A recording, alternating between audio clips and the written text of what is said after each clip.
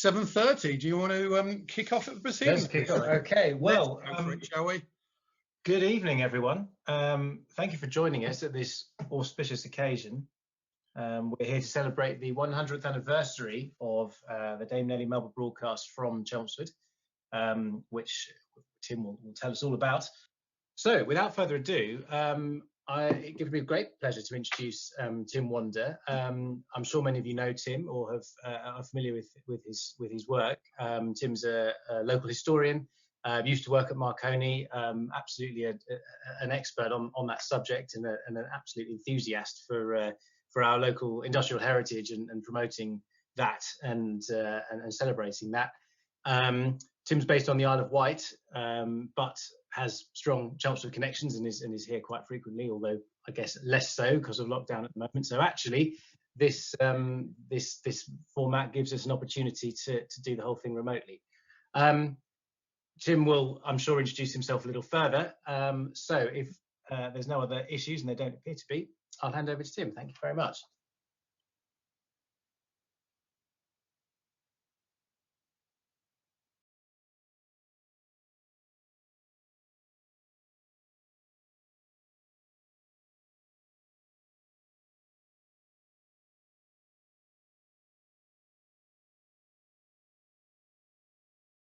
Well, I have to do some big thank yous. The first one to Adam and Anthony and Chris at CSES, the Chelmsford Science and Engineering Society, who are 100 years young.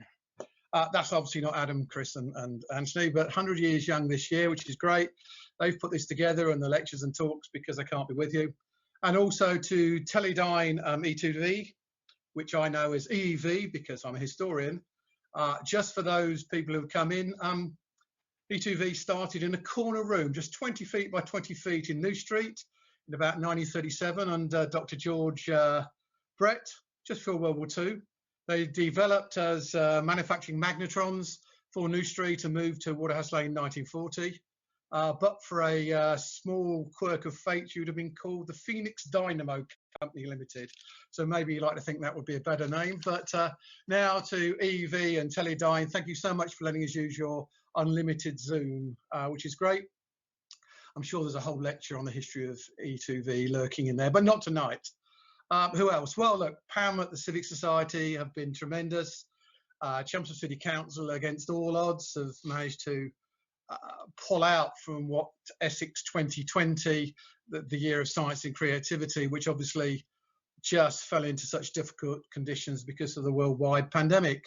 And also a big shout out to Ian and the theatre team in Chelmsford, who, after a huge amount of work from a very dedicated team, have managed to bring together Melba. So Melba is going to sing for us on Monday night on June the 15th, as it says on the screen, exactly 100 years later. And that's really the story I'm going to tell you tonight. The power behind the microphone. And really, as a historian, as someone who's worked with this for 30, 35 years, that's kind of goosebump stuff. That really is, let's be honest. And you've made a very old and grey and somewhat portly historian very happy. So thank you to everybody there. Many more people we should thank, but if I do, we just won't get on with it. So let's tell the story. So look, tonight I'm going to tell you an amazing story. A bit like Jack and Nori, maybe through the square window, which is this amazing technology. All the younger listeners can go off now and Google what Jack and Nori actually is. And of course, I could actually just sit here for the next 4 hours and read a good book aloud. There's a really good book here, but let's face it, it's a great book, but that'd be a little bit boring, so we'll throw that over there. And I think what we'll do is, well, let's just have a look at this.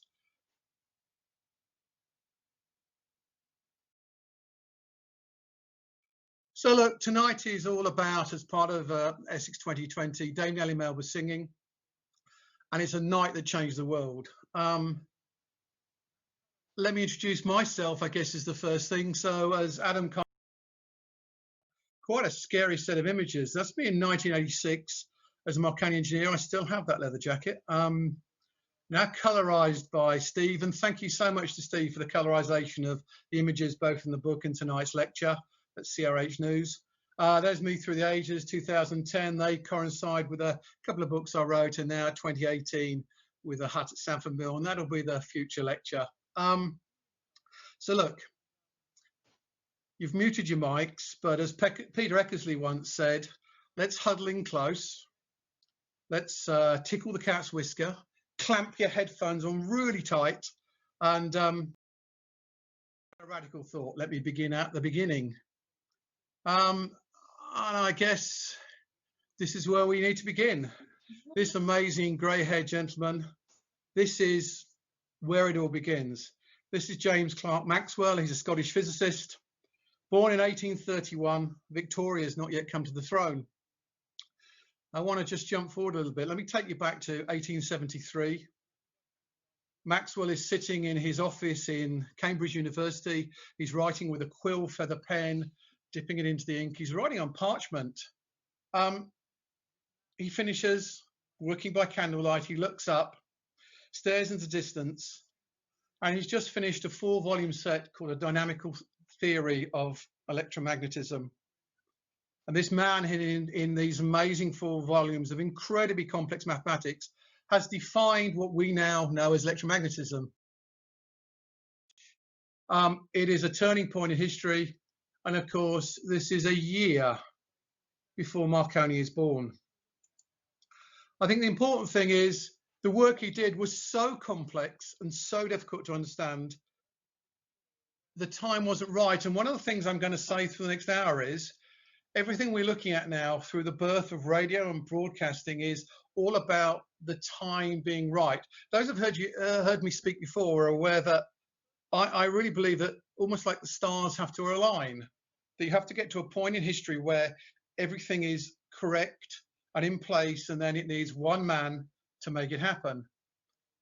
The first group of people are these gentlemen here, also lovely grey-haired people. From the right, you have Kelvin, gave us the unit of measurement. Bottom left-hand corner, Oliver Heaviside, Gerald Fitzgerald, and of course, Heinrich Hertz.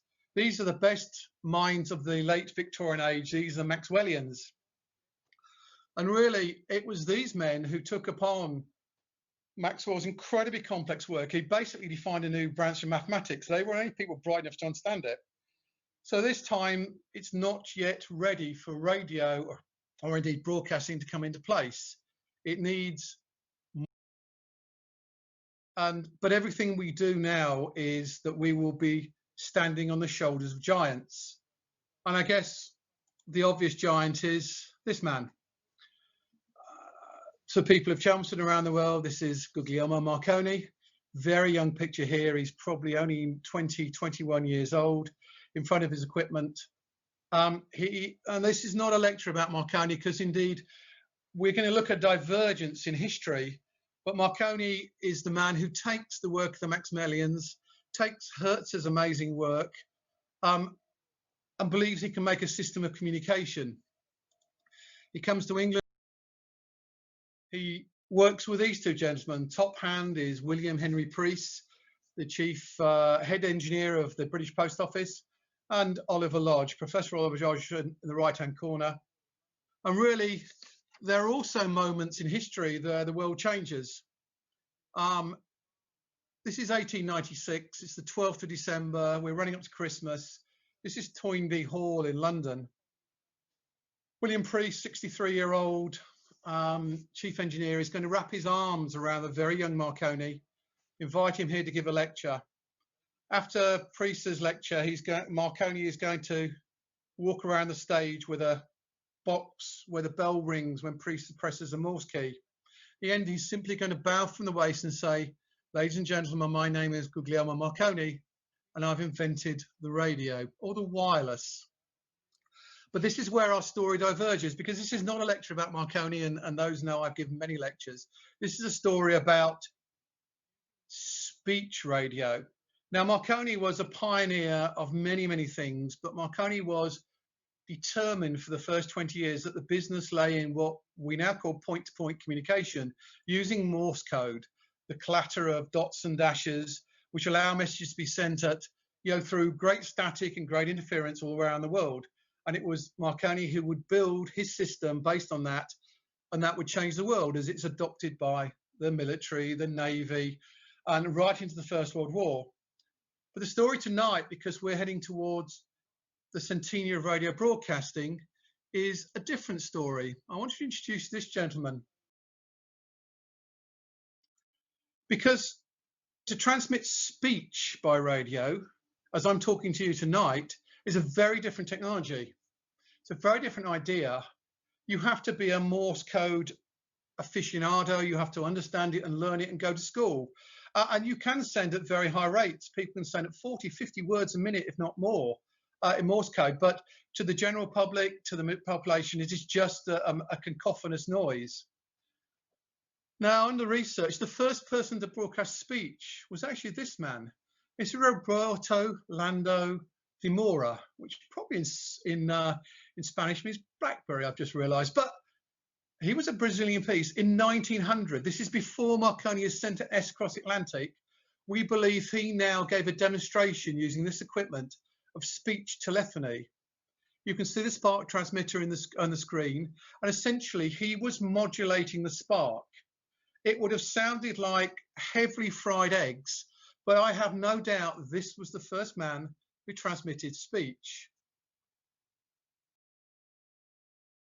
This is at Machrihanish in Scotland. And this is 1906, and he becomes the first person to transmit speech across the Atlantic by accident. He's an amazing pioneer. Sadly, everything he tried to do for the next 3 years towards making a broadcasting system, either here in America, just failed. Technical reasons, because the technology wasn't right and the world wasn't ready. So we are at a point in history whereby really the world is not ready for speech broadcasting, because this man, Marconi,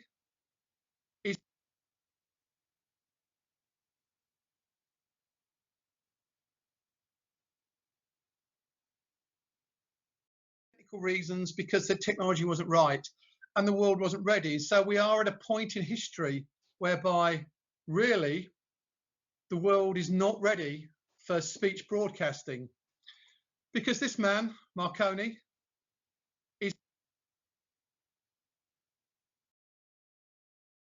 is heading towards changing the world in his own way.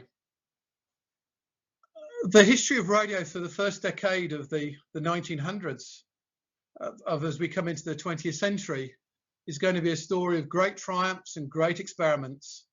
I mean, in Chelmsford, we come to the Hall Street first purpose-built wireless factory. To show what a struggle it is, of course, at the beginning, Marconi had to make ignition X-ray tubes because nobody really understood what radio was all about. So what I thought I'd do is I'd put in some images of Hall Street, really because they show a time as between 1900 and 1910 where the world was developing radio, but really there was no market for it.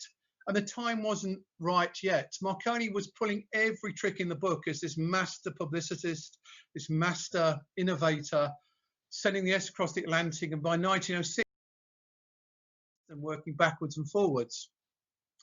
The Hall Street Works is going to grow from just 19 people over the next 8, 9, 10 years, starting in January 1898 in Chelmsford, a converted silk mill and furniture workshop. These are amazing colorized images in Chelmsford, and this is really the birthplace of radio. This is a glass place negative, and if you look into the screen, you can see the faces. This is looking at history in the making. Interesting enough, you'll see on the ground there are bamboo rods. These are aerial masts that are going to go out around the world. They're going to go to the Boer War in 1899, the first time radio actually goes out to fight. Through the history of Hall Street, this is Marconi himself, one of the very few pictures of Marconi in Chelmsford with the Hall Street employees. This dated from about 1905, again brought to life with colorization from Steve, which is truly amazing. These people left us 100 years ago. And of course, let's forget the ladies. Marconi Company was a huge innovator for women in science and industry. These are some of the ladies who found employment in electronics industry because their nimble fingers could knit and sew and weave so much better than the agricultural labourers of Essex. So this is the genesis, the birth of the foundation, the age of wireless broadcasting. Again, a fantastic images of the ladies are winding coils here. These are induction coils on the bench on the ground floor of the Hall Street Works. A lovely image. It almost looks this was taken yesterday, but this is 120 years ago as they wind a coil and to stop the varnish splashing you at the grid there. Truly amazing. And really it's at Hall Street that the next speech broadcasting takes place. And it takes place with this gentleman. This is a great picture of a very young Captain Henry Joseph Round. He's not yet a captain in 1908 because he's joined the Marconi Company as a research engineer. His captaincy will come later in World War I. In 1908, he goes to New Street and he demonstrates a piece of equipment called a telephony set. And he demonstrates the Marconi. And actually in 1908, Marconi broadcasts speech across Chelmsford to the Broomfield radio station, created in 1903 to receive messages from the Portillo station, which sent the S across the Atlantic. Again, the system worked. It was a very simple valve set, but the time was not yet right for broadcasting to grow. And I think more importantly, Marconi, the man, this genius, this pioneer, began to doubt and not understand where the business model was. Marconi would go on to build an empire over the next 10 years based on the point-to-point communication. This is, you build a business whereby you sell a transmitter and you sell a receiver. You also sell maintenance services and update services. You then put in Marconi men, Marconi Marine men at either side, who will get paid to do the job. And of course, in the process, you also take a percentage of every message. It's a fantastic business model. The interesting thing about Round broadcasting to Chelmsford in 1908 and subsequently is you build one transmitter, you sell it, and then everyone listens in for free. If anybody's listening for the BBC, that is a problem as echoed through time. But let me just, because we can't mention the history of radio, the history of Chelmsford, even the foundations of broadcasting without mentioning this ship. This is the Titanic, tied up in, I think that's Belfast. The 5 kilowatt set that would have been aboard the Titanic. This is quite a rare photograph. This is a rare photograph because that's actually in the New Street Works. You can see the arc generator down the left-hand corner, but that is exactly the equipment that would have been the 2 rooms with the operators on board the Titanic. And the reason I put this up is that already you're beginning to see the birth of high power transmissions that operator here would have used. And this is one of Father Brown's famous pictures, the only known picture of the Titanic radio room. If you get a chance to visit Sanford Mill Museum when it opens again, there's a fantastic replica from Ted Sinclair that actually puts you in touch. Every piece of equipment you see on the Titanic in this picture and the previous picture was built by the Hall Street Works. The 2 Marconi radio operators, John Jack Phillips and Howard Bride, to become the heroes of the hour when in April 1912 the Titanic meets her fateful end. Sadly, John Jack Phillips gave his life in the service, but 730 souls were saved. He becomes one of the famous people on earth. And this is one of the building blocks of the broadcasting and radio age. Without the Titanic, sadly, hitting the iceberg and we losing over 1,700 lives, radio would never, I think, have achieved its publicity and fame.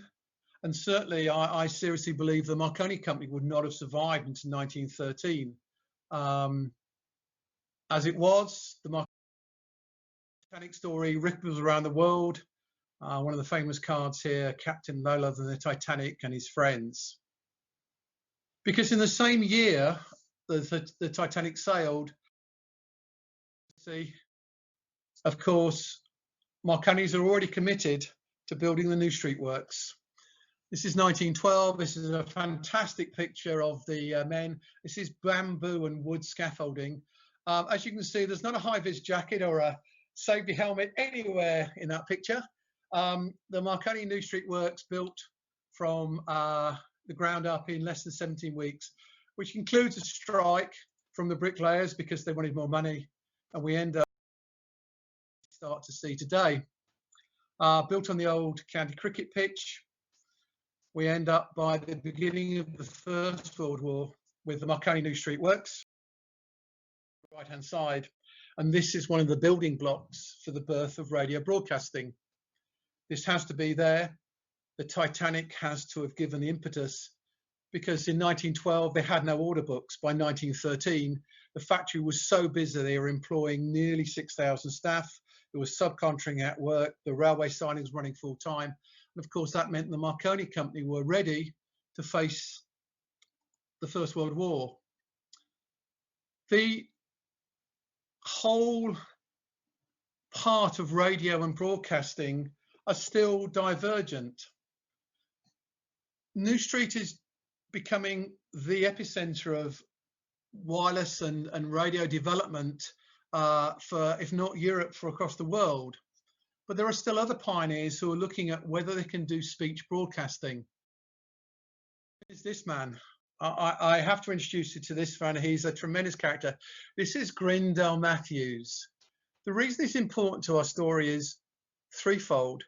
The first thing is he hires a young engineer who knows all about radio, whose name is William Theodore Ditcham, to go and work for him in 1912. And Mr. Ditcham, Ted Ditcham, will take a part in our story later on.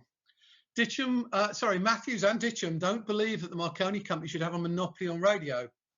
So in 19, they put together this wireless station in Letchworth. This is the year the New Street Works are being built. This is the year Titanic builds. And what Grindell Matthews wants to do is he wants to start a broadcasting system. Hiring Ditcham, who knew a lot about valves, had been a radio pioneer and had left university, he starts to build a system with an idea that he can transmit radio and music and concerts. He's just about to go on air in August 1914. In fact, he's over in Europe trying to get sponsorship and money when the First World War breaks out. Remember what I said a while ago about the time has to be right and all the stars have to be aligned. There is also a cosmic clock where the cog ticks, and now it's the First World War. All radio amateurs at the beginning of the First World War had to destroy their equipment. And Grindell Matthews is no different to any other radio amateur who's working with the early radio. He comes back, he finds the police have impounded his equipment and indeed smashed it up because they thought he was a spy. And so his chance to become the beginnings of broadcasting go almost immediately. Another station that I would like to show you, this is station OTL. This is in Laeken in Belgium. This is in the grounds of the Royal Palace. If anyone was to ask me, this is probably the oldest broadcasting station in the world, because for a very brief moment in time, just for the First World War, they did actually broadcast speech radio through those huge aerials. Again, remember about being in the right time in the right place. 2 weeks later, the Germans marched in. They destroyed the masts, they blew up the equipment, they buried the spark transmitters. And indeed, the technology was not actually ready yet. So all these false starts are still building blocks to see where we're going. And this is now the First World War. We're coming to a point in history where for 4 years, the world is going to change. This is not a lecture on the First World War, and I've given many, as you know. I love this. This is an unknown wireless operator. This is, if you look very carefully, the equipment he's using, this is probably around 1917, has actually got 2 valves mounted horizontally. Because all war, sadly, tragically, but it's just a reality, drives technology forward at a phenomenal rate. Every war has through history, be it in firearms or explosives or in other technologies. In World War I, when it starts, the Marconi Company has equipped the Royal Navy. The Army don't believe radio will work, and the Royal Flying Corps is not yet really in existence. By the end of 1918, all three services are going to realize that now you can't fight a modern war without wireless or radio equipment. And for those who are new, I'm going to use wireless and radio almost synonymously. There's always a debate. Marconi called his company the Marconi Wireless Telegraph Company. The Europeans have always used radio. In fact, one of the earliest radio detectors was called the Radio Conducteur by Eduardo Branly. So you can choose your own way. It was the Americans who popularized radio. So as we go into, I'll drop wireless and go into radio broadcasting. Technology that was driven in this hothouse of war was this. This is a thermionic valve. All those previous pioneers who tried to develop radio broadcasting to transmit speech through the ether, to entertain or inform, were using spark or arc generators, which were really a dead end. They were never going to have quality where people would listen to them. But with these are Fleming valves. John Ambrose Fleming, a great friend and innovator and pioneer who became part of the Marconi Company as early as 1901. And one of Marconi's greatest strengths was to bring the best minds of his age to join him and take the very best out of them. By 1917, this is the R series valve, sometimes called the French valve, but we'll gloss over that. This is the valve that is going to change everything. It's the valve you saw in that World War I set earlier. By the end of 1917, we have this equipment. This is 3R valves in it. This is a Mark III airborne set. So now wireless has come down from those huge equipment that took 3 rooms on the Titanic. Within 5 years is now capable of being carried in a World War II aircraft. This has a range of 120 miles from aircraft to aircraft, from ground to air and air to ground. This technology developed at Brooklands, Joyce Green, and then Biggin Hill with mines like Furnival and Eckersley and Childs should have changed the way wars were fought. It came too late. It was flown over Passchendaele, but Passchendaele descends into mud and blood and a stalemate that just typified the slaughter of the First World War in the trenches. So radio is going to take very little part in the First World War. Its equipment is increasingly complex, increasingly reliable, but there was one problem with trench warfare, is that you need a radio mast. And I came across a fantastic notebook the other day, which was from a radio operator in the trenches. It could have even been this gentleman here. And he said the only problem with the radio in the trenches was someone had to put an aerial mast up and hang the aerial from the top. Now, in the trenches in the First World War, that was very career limiting. Was with direction finding. Do you remember H.J. Round? This is a whole series of links and parts of a jigsaw puzzle that fall into place through these 10 amazing years. This is a radio direction finding system pioneered by that same Captain H.J. Round, who's now joined the Marconi Company and immediately been seconded. In fact, his military records have his regiment blanked out because he joins military intelligence. System, this is actually up on the East Coast at Harwich. Set a whole network of direction finding equipment around the East Coast of England and in northern France to spot and track Zeppelins.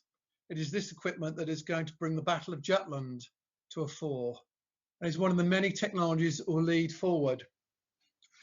I'll pass on now because really, as we come out of the First World War, 2 other things are going to come into place, which are part of the building blocks, which lead us to everything beyond. One of them is this. This is the birth of civilization. This picture here is 1919. The war to end all wars is over. The Great War, the war for civilization, all those incredibly difficult terms to comprehend now. This is Croydon Airport. This is a converted Havilland bomber. By 1919, you can get into an aircraft, you can fly across Europe in total luxury. air stewardesses and stewards are dressed in top hat and tails. They're serving you as you sit in Redan furniture, and there's 5-course meals. I'm told it's very similar if you fly out of Stansted today. Maybe not, we'll move on.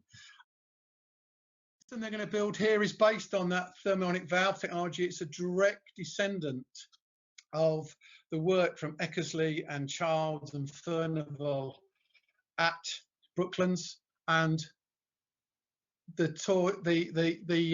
path will diverge here because anybody who can see that grainy picture will see that it looks very similar to a transmitter.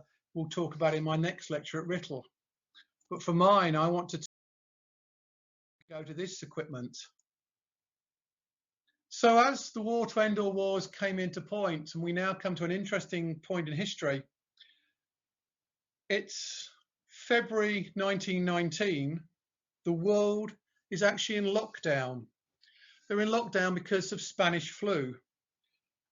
When I started looking at this a few weeks ago, I thought, my word, if you don't learn from history, you look back in time.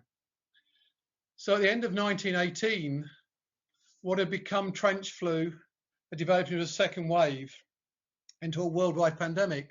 Now, what we have just lived through and hopefully coming out with now has been terrible, but let's just put it in historical perspective. In the Spanish flu, over those 6 months, an estimated 70 million people are going to die. One estimate now from an author that I work with puts that at over 100 million people, that's a fifth of the world's population, will die in the Spanish flu pandemic. In the space of a year. By the end of December 1918, the world is in lockdown. There are no trams, there are no buses, there are no newspapers. There is obviously yet no radio, and there's certainly no television. The world does not know what's happening. You just have to you have to stay at home while the world is soaked in disinfectant because nobody knows what is happening. 2 Marconi engineers who have now left military service and rejoined the Marconi company, their names will be familiar already. William Theodore Ditchin and Henry Joseph Round. They come back to Marconi's, and their mission is to take that low power speech transmission work and go, what can it do? They want to do it at New Street, in the heart of Chelmsford. The New Street factory is shut. They've had to close it because absenteeism is at probably 40%. The trains have stopped working, and the Marconi company there relies on all their goods coming in by the railway. What they do is that Round and Ditcham are itching after military service to see what valve transmitters will go, and they come here. This is Ballybunion. If you want to get as far away from Chelmsford as you can, Ballybunion is on the far west coast of Ireland. It's 430 miles away, and the Spanish flu, I don't think, ever got there. It would have just got tired as it went across Ireland, I think. They take everything in wagon trains, and they set up this amazing to start and transmit. And that's where our building block comes together, because the New Street works are shut. They come here to the Ballybunion station, and they set up high power speech transmission experiments. This is pure blue sky research. Round and Ditcham have carte blanche from the Marconi company. Marconi is still himself in Italy, where he's done military service with the Italian army. And they go, what can it do? And what they basically do is they set up a series of trials which says, we're just going to transmit and see what happens. On March the 23rd, 1919, William Ditcham's voice becomes the first voice to transmit from east to west across the Atlantic by accident when he starts to blot out the Philadelphia Navy Yard. Remember, and because this was using valves, they're using 6,000 watt transmitter.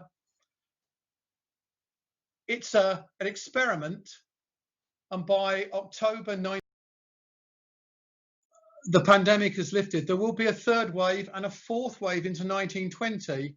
The population are terrified, they stay indoors, but the Marconi Works is starting to open.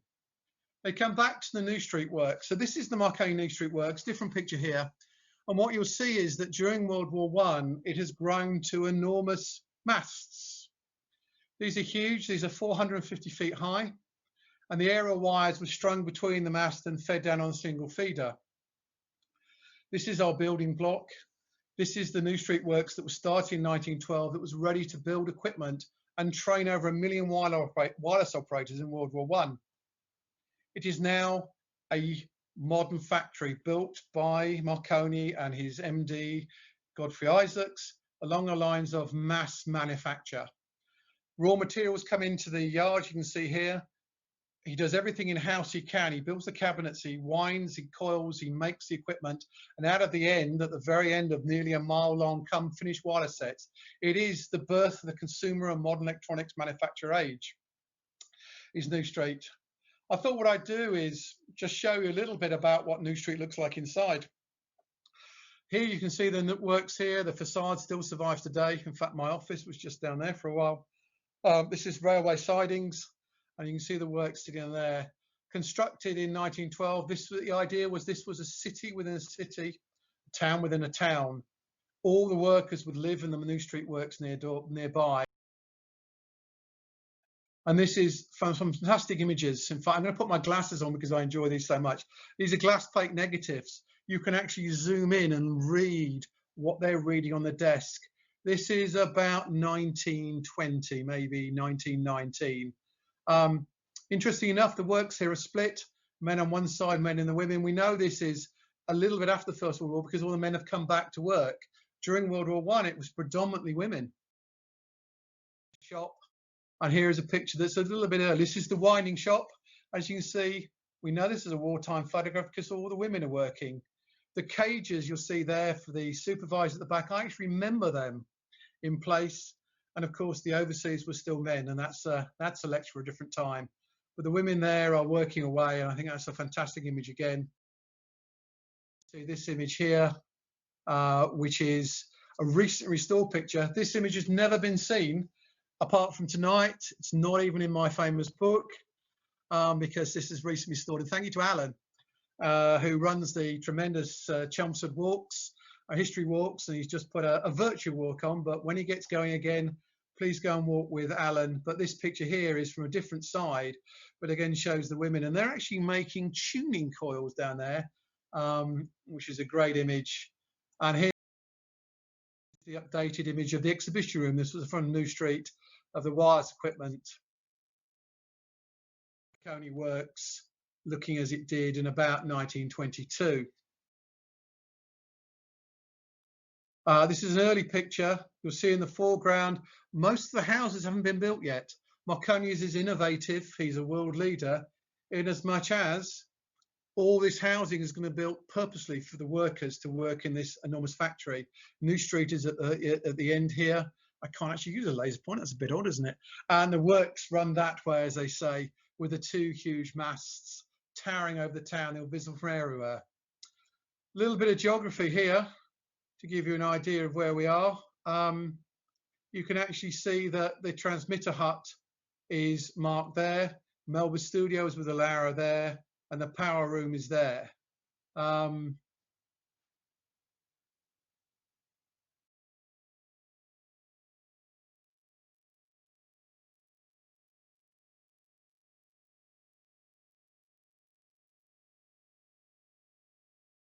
The gentleman sitting here with a blacked out background or whited out background, who could this be? Well, how about William Theodore Ditcham? Here's Mr. Ditcham. He's back from Ballybunion. He really didn't like it in Ireland. It was a little bit of a long way from civilization. They've come back with Round. They've got permission to start their experiments in January 1920. We're now getting up to the close. We're getting to the point now whereby this is a 6,000 watt transmitter. It's come back from Ballybunion. You'll see the valve technology that's been built, the high power of transmitters. And really, just to show you another image, this is actually a transmitter. This again is a very rare picture. Love all the spare valves sitting there on the end, because these valves were still a very difficult device to use. I think now really we're at a time whereby the Marconi company has really got no idea what's going to happen next. But in January 1920, Round and Ditcham start a series of experiments for just 2 weeks. And what they're going to do is they can transmit every evening for half an hour in the morning before they normally start work, from 7 to 7:30 in the morning, and in the evening from 7 to 7:30, weekdays only, they send telegrams out to every Marconi station in the world and say, we're going to transmit if you listen in on this set frequency, which was long wave, about 2,750 meters. So in January 1920, we're starting these series of experiments where they're transmitting. Now, they've got to transmit speech for half an hour in the morning, half an hour in the evening. So dear old William Ditcham, he picks up a copy of Bradshaw's train timetable. I like to think of this as the first work of fiction ever transmitted on British radio. And literally at 7 o'clock in the morning, he's going to start reading the timetable. 7:21 Billericay, 7:28, the next line of the station, which is probably Hainault. At 7:30, they just switch the transmitter off and they start again exactly where they leave off in the evening. On about the fourth evening, Ditcham buys a newspaper in the morning on his way to work, and he just starts to read the newspaper from the top left-hand corner. And at 7:30 in the morning, they switch it off. And then at at 7 o'clock in the evening, they turn again. He just literally starts mid-sentence. The next morning, Arthur Burrows, the publicity director at Marconi's, crashes into their office and say, good Lord, men, what have you done? There are 30, 40 people outside the New Street offices saying, we love it, do it again, this news broadcast. One of my building blocks, one of my steps in the history of radio broadcasting. They didn't really think much of it. They thought it was funny. They carried on reading the story for their trials. Hundreds of telegrams come in. They make adjustments to transmitter. And then Arthur Burrows, who was originally a journalist, joined the Marconi Company, and he was a passionate believer in the future of broadcasting, the future of radio entertainment, I think was the word. He convinced them that really they should try and transmit some music. Now, I think we're at a time in where really, and again, this is a fantastic picture of, really we are at an early technology, but this is again a previously unseen colorized picture of the Chelmsford station. Look at these huge MT4 bottles. And really the early transmitter, the 6 kilowatt set.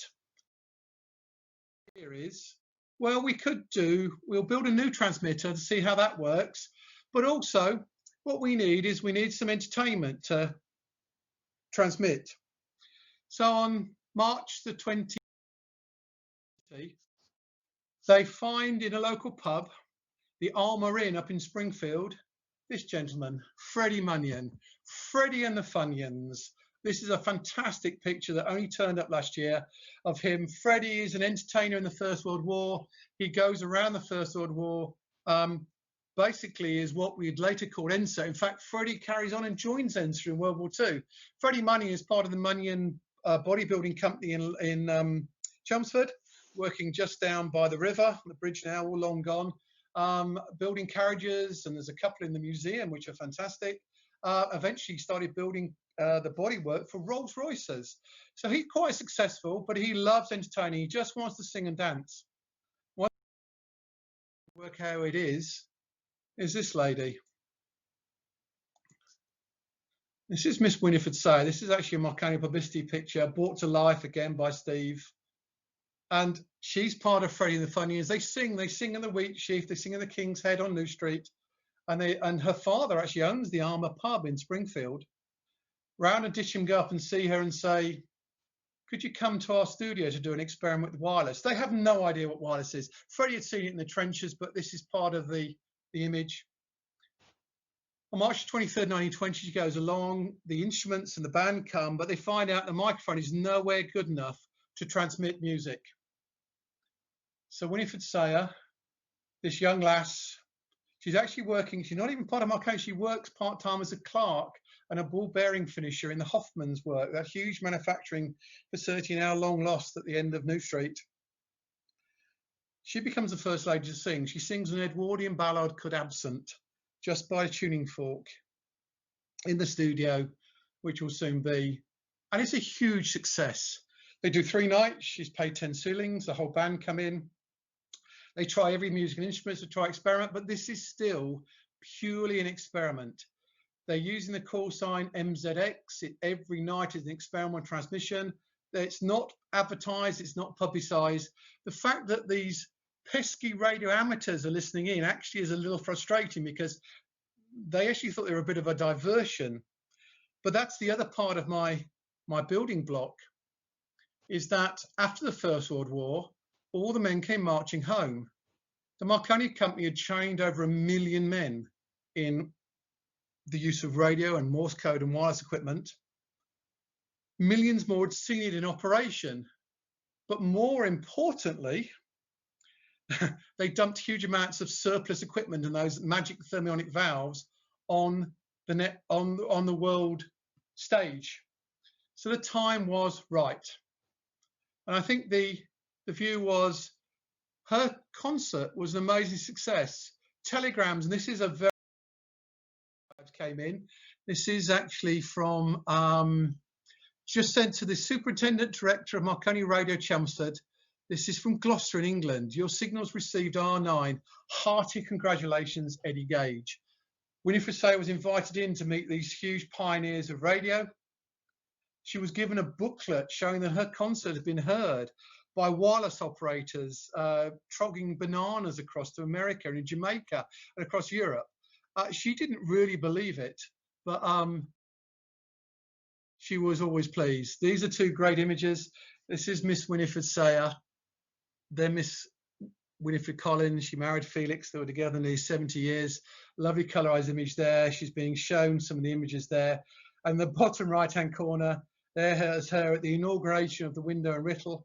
And that suave-looking gentleman who's not grey is actually me. So we'll probably gloss over that quite quickly. And this is something that I had done. A great friend of mine, artist Heather Neal. She produced this, which is in the book. This is, I called this Echoes Through Time, with the elderly Mrs. Collins looking on at Winifred Sayer. And because this is really how close we are, we're a generation apart. I remember Winifred very well. She was so pleased to be part of it all.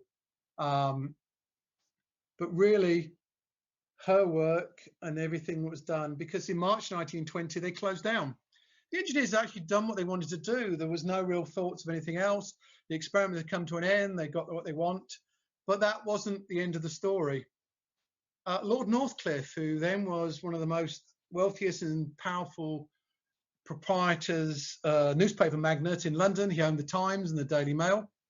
He picked up this concert and came to a point whereby he loved new ideas. He'd already pioneered the Snyder race, which would give us the Spitfire 15 years later. And he thought there was a future in radio. So being Northcliffe, he said, I want to do a wireless concert. I want to make it the biggest and the best we could do. The Marconi Company was reticent. They had already done their experiments. There was a lot of toing and froing, but Arthur Burrows, the publicity director, was very keen to make it happen. This was part of his passion. The person on the right there is the Marconi MD. Mrs. Isaac on his right, probably your left. And the lady on your left, Dame Nellie Melba. He said, I wanted the biggest and the best. Dame Nellie Melba was probably one of the world's greatest superstars of her age. She's an amazing character. She's graced every stage in the world. She's actually coming towards the end of her career. She's 64 years of age. She's already thought about retirement. There are a lot of newer singers coming up who are stronger, more forceful, but she has always been an innovator. She was the first to record on wax disc. She recorded on shellac or 78 plastic records, as we'd call them today. She loved the whole idea of technology, but she loved selling tickets. Now world famous, she's on the Australian $100 note. You all know Peach Melba. You all know Melba Toast. All that is part of her enduring fame. Northcliffe rings her and says, Madam Melba, he'd happened to go and see her in a concert, which would have been actually tonight at the Royal Albert Hall. She's on a tour. She's about to go back to Australia and say, Melba, would you come to Marconi's and do a wireless concert? And she went, no. In fact, she actually said, my voice is not the subject of experimentation by young wireless wizards. I'd like to think all those wireless wizards out there can put a little vote out now, and they're magic play boxes, which I think is a great expression. So Northcliffe turned around and said, how about £1,000 to come and sing? She went, yeah, I'm there. So £1,000 in 1920 is a huge amount of money. It's really difficult to equate, but you could buy a nice 3-bedroom detached house in central London for about £390. I think they're a bit more expensive today. Maybe £150,000 for a 20-minute concert. She was there, and on that faithful night, she comes here.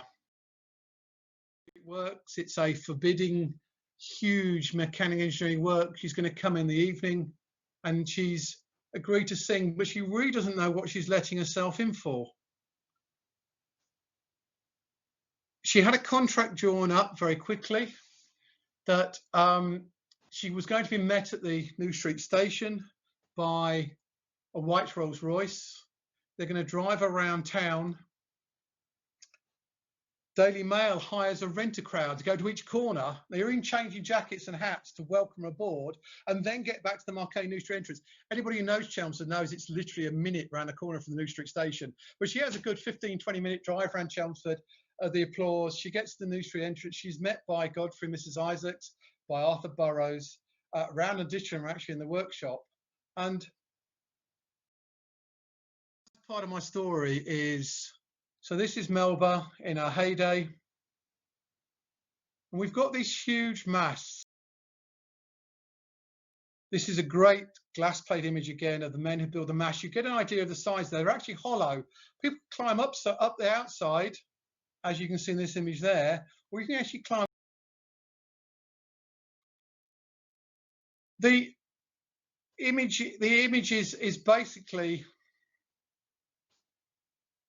of Melba being ushered into the works. Originally, she was going to sing in the director's dining room. I remember it well. I didn't get to be this large on my own. The director's dining room was fantastic. Wood panels, it still is. It's now part of the cosmetics company Benefit, who have been very kind to us over the years, allowing us access. But the panel dining room was amazing. For the night of the concert, and they were only given a week's preparation, they'd laid microphone cables right across the works, up the back stairs, along the corridor, into her microphone. When they keyed up this now 15,000 watt transmitter, the story is that it burnt across the yard like the Bonanza flag. And like Jack and Nori, those younger members can go and Google Bonanza now. That burnt back across, actually setting fire to the carpet and burnt everything out, which was a bit of a blow. Burrows is having to earn time because they're having to reset. It's that dangerous. This is really wireless engineering, radio engineering at the very cutting edge. So Madame Melba asks, what is this magic playbox equipment all about? And they explain to her and say, Madame Melba, from the top of those aerials, your voice will be heard across the world. And of course, her reply is, radio folk, you're a young man. If you think I'm going to climb up there, then you're sadly mistaken.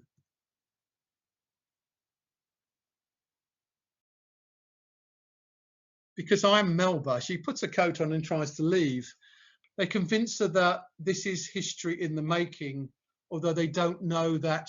Melba goes to the director's dining room. She has a special dinner, which is written into the contract. She has unleavened bread, partly cooked chicken, and a large bottle of pink champagne.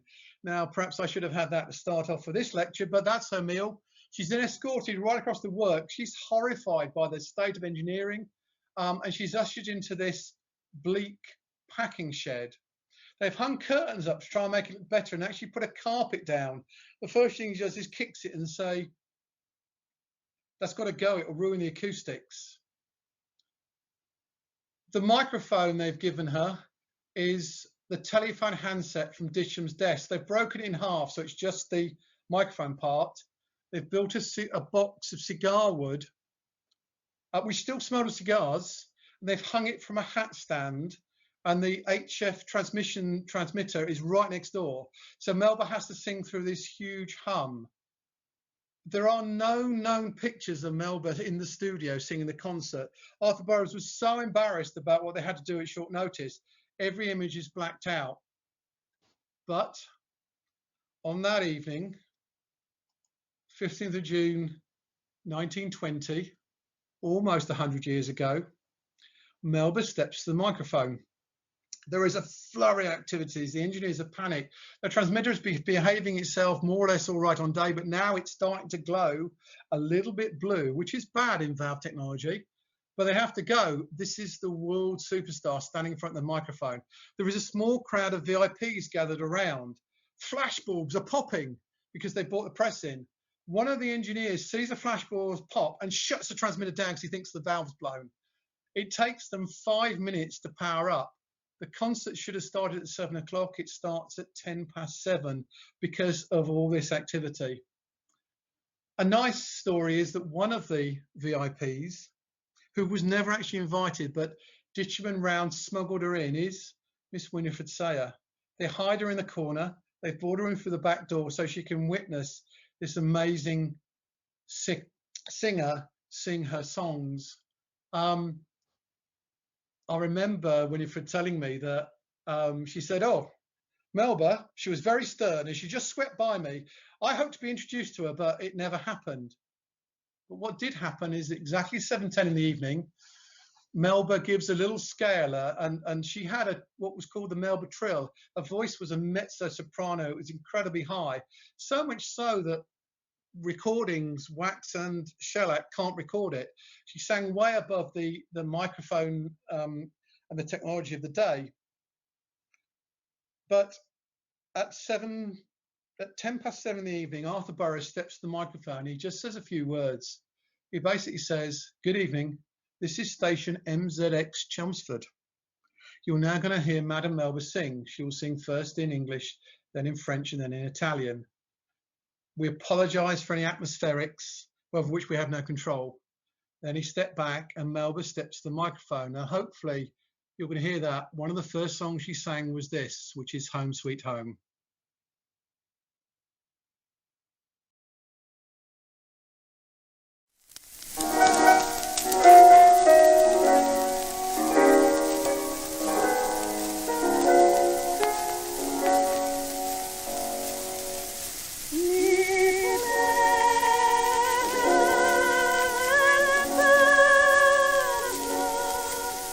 Oh, we may roam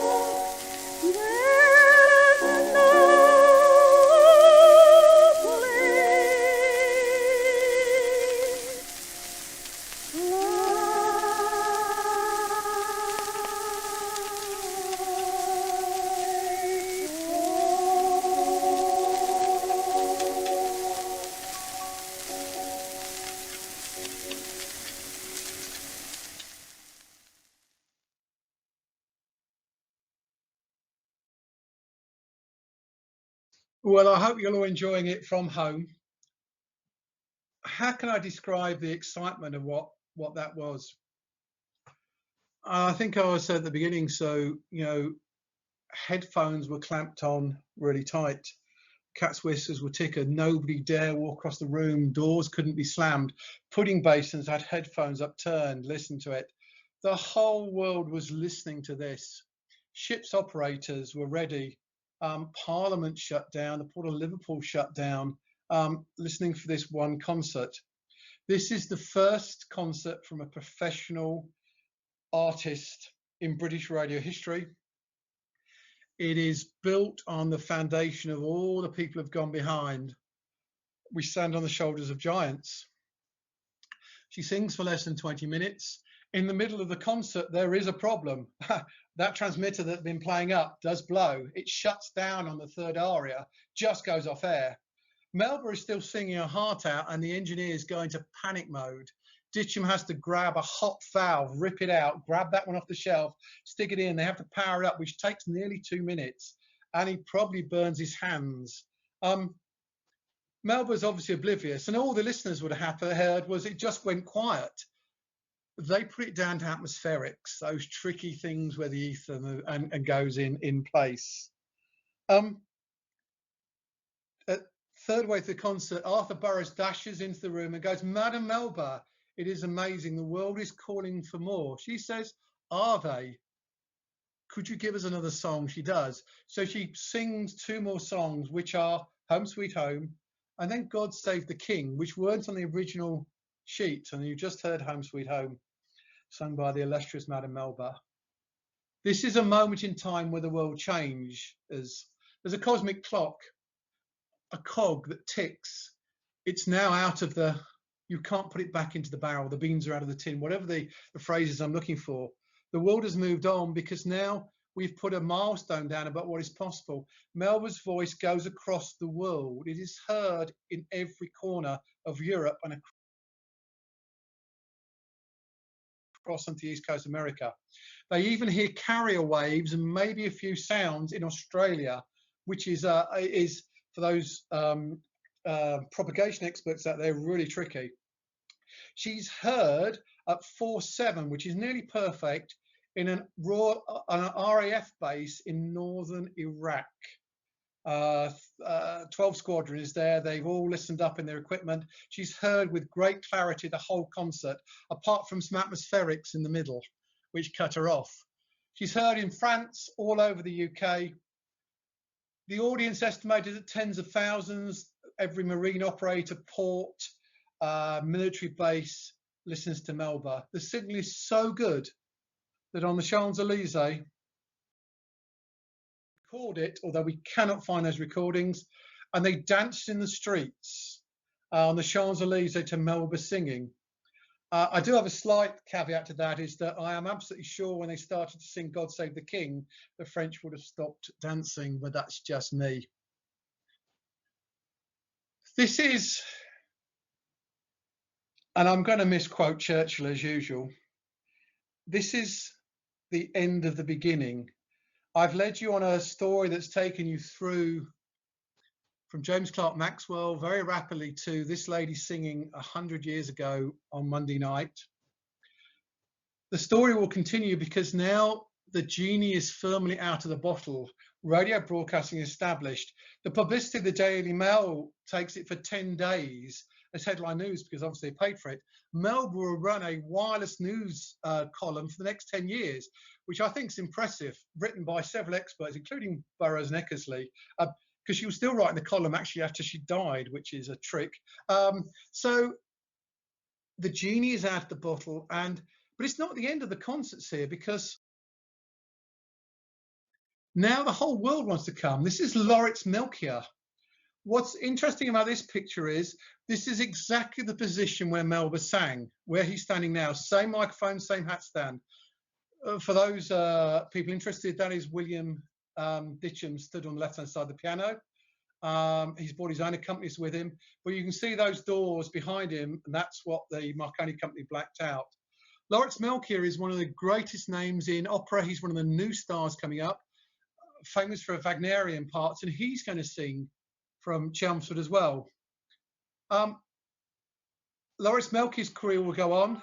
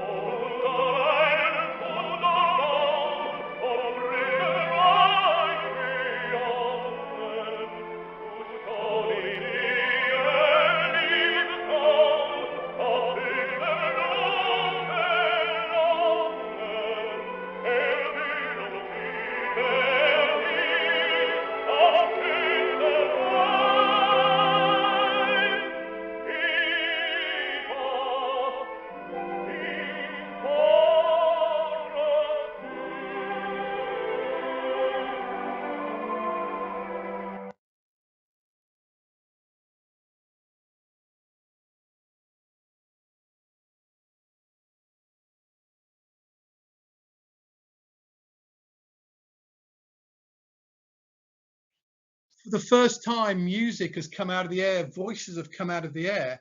You would never have even been able to see these people unless you paid huge amounts of money to see them at the Albert Hall, but tickets would have sold out. Now, rich or poor, old or young, regardless of your location, from the west coast of Scotland, a little croft, to Cornwall, to East Anglia, to City of Chelmsford, to the heart of the City of London, with a simple piece of wireless equipment and a pair of headphones, you can hear the greatest names in music. This is a lovely picture of Melchior with his accompanier standing in the hall, and as you can see down the bottom right-hand corner, the same microphone that was used by Melba, by Melchior, and by our next artist, who only... This is Dame Clara Butt, who was now really the replacement for Melba in the opera circuit. She comes, and again, her concert is hugely successful. Really, it's all happening.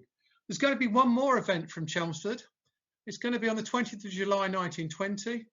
This is actually aboard the first-class Victorian.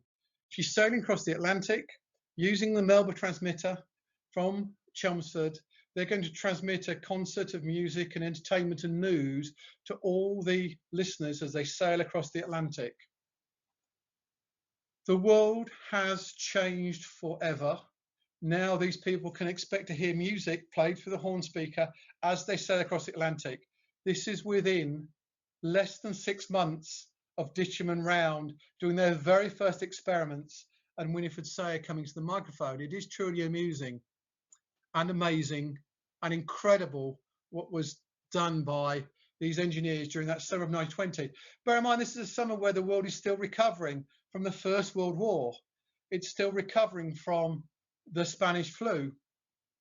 But maybe part of me thinks that now the time is right for radio broadcasting, because you now have a world that is desperate for news, for thoughts, for ideas, for voices to come into the front room, to keep you company and to be your friend.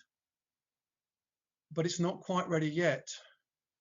And the reason for that is there was a huge problem. Right at the beginning, I talked about the threads as history weaves its way through, and they all interlock and interweave. Do you remember back only a year ago in 1919, we have the birth of civilian aviation. Before that, I talked about maritime communication, merchant communication, the commercial shipping lines. Melba's concert, Melchior's concert, Dame Clara Butt, and even the transmissions of Victorian, the line of Victorian, were amazing. But they were 15,000 watts. To put in context, BBC Essex, which I think are listening tonight, Their transmitter on a good day is 400 watts into a little aerial. Look at those huge 450-foot high aerials. When Chelmsford was on air with their musical soiree, no other radio station in Northern Europe could function. Everything flattened. Military, radio communications, commercial, civilian. We have a lovely report of de Havilland over the North Sea, desperately trying to find landing information and direction finding from Round's equipment to find its way to Lymph and then on to Croydon. And they were calling and calling using the call sign, which was CQD for Croydon, and all they could hear was a pleasant musical evening and Melba singing. It couldn't go on. In part, the Marconi company wasn't unhappy when in November 1920, this gentleman, Frederick George Kellaway, FG Kellaway MP, the Postmaster General, I just found a picture of him today actually, which is kind of interesting. He basically stood up in Parliament and said that the Chelmsford station with his experimental licenses, each one for each night issued by the Post Office, had to be closed down due to interference with legitimate services. And there would be no more licenses. Truth be known, as I say, the Marconi company weren't actually too unhappy. It had taken a huge amount of resources, huge amount of effort. There was always the risk to the public image that if it failed, it would reflect incredibly badly on the Marconi name. And Marconi, the man, if nothing else, was intensely proud and defended his reputation and his image to the nth degree, both in publicity and everything else he did. He wanted to be associated with success. So there was always that risk. But also, remember my business model. We're now transmitting with all this time and effort and publicity and people, and everybody, tens of thousands of people are listening for free. And Marconi could not see the business model in that. He really didn't understand it. And we're about to go into a period in time where the world has to come to adjust for that. So in November 1920, Chelmsford shuts down. They pack all the equipment and they ship it back out to, you've got it right, Ballybunion, where the Postmaster General, Mr. Kellaway, had no sway. They carry on their experiments, but really they're much more technical experiments involving aerials and communication, and the whole of the British Isles lapses into silence. It's very different over in America. In America, wireless and radio stations absolutely explode. 10,000 stations through 1920 start. Every station in every town competing with the next one. And to get their message across, some of those messages were quite unsavory, be it selling my tires or selling my convictions or belief. They just increased the power, which is even today, you'll see 50,000 watts, KWPR Cincinnati. They just lost control of the American model. In England, we just went lapsed into silence. All you could hear was the monotonous call of Morse code, da da da da da da, flashing away. There was one voice, and that was this gentleman. This is Harzo Inzera, and over in Holland, sponsored by the Philips company, he started a little station called PCGG. And every Sunday afternoon, they're going to run through 1921 a concert called the English Concert, where they'll play English music. And Wireless World took them on board. In fact, the Daily Mail supported them because they were really annoyed that broadcasting has stopped in the UK. You could send him a shilling to keep his station going. Some very rare pictures here as it sits over in Holland.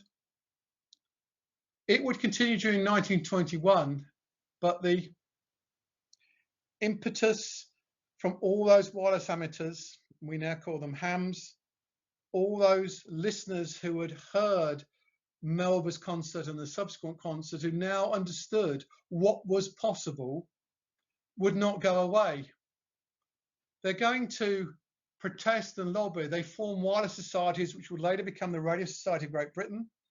They're going to petition and make FG Kellaway's life an absolute living nightmare, including on Christmas 1921, delivering a petition demanding, not asking, but demanding that broadcasting came back. And that, as they say in the movies, is a whole other story, because the story is going to move.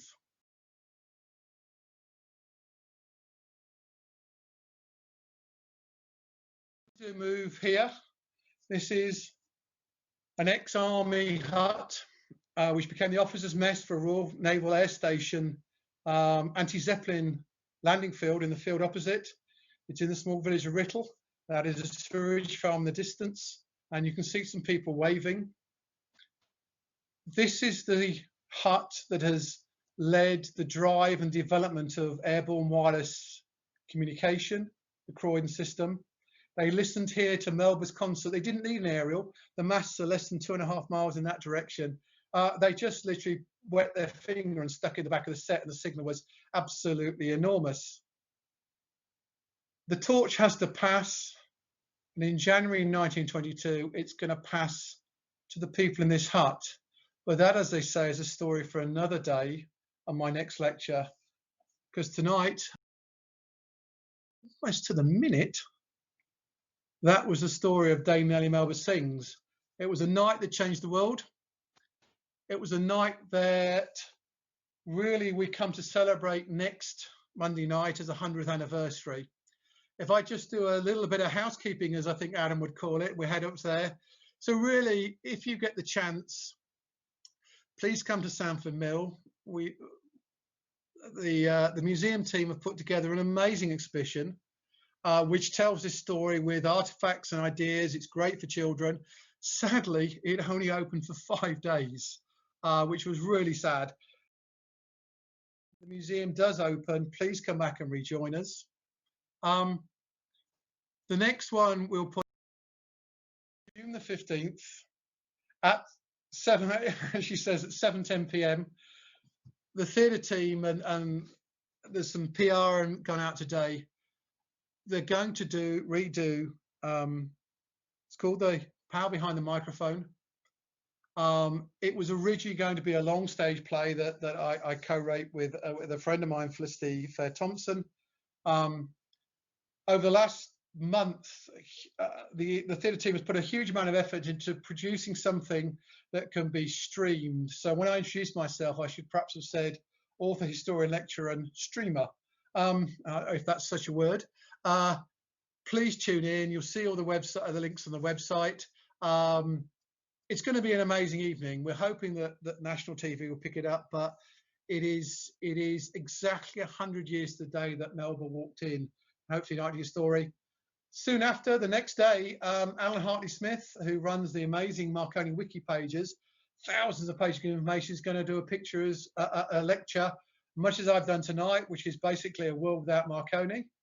And then, if you can stand to put up with me for another hour, I'm going to tell the story. And you think I got animated tonight? Well, hello CQ. This is Tuamatok Writtle calling. Pass from the engineers at New Street, from Round and Ditcham. It'll pass to the charismatic Peter Pendleton Eckersley. He will lead Tuamatok Writtle through the summer of 1922. His team will define the art of radio broadcasting for the generation to come, and it will lead directly to the BBC, the centenary of which is. I'll carry on now, as I can see Adam doing a little dance in the background. By all means, there are still a few copies of the amazing book, which tells this story in much more detail I've been able to do tonight. Around, you can find that on Chelmsford 2020, and obviously now I'll hand back to Adam, thanking everybody who's listened. Please stay safe, please be well. Thank you so much for tuning in to listen to my story tonight. I'm not even sure the word tuning in is correct in a digital age, but I'm going to go with it. Those of you who listened in crystal sets, thank you very much. I'm sure it was excellent. Anybody who listened to this going out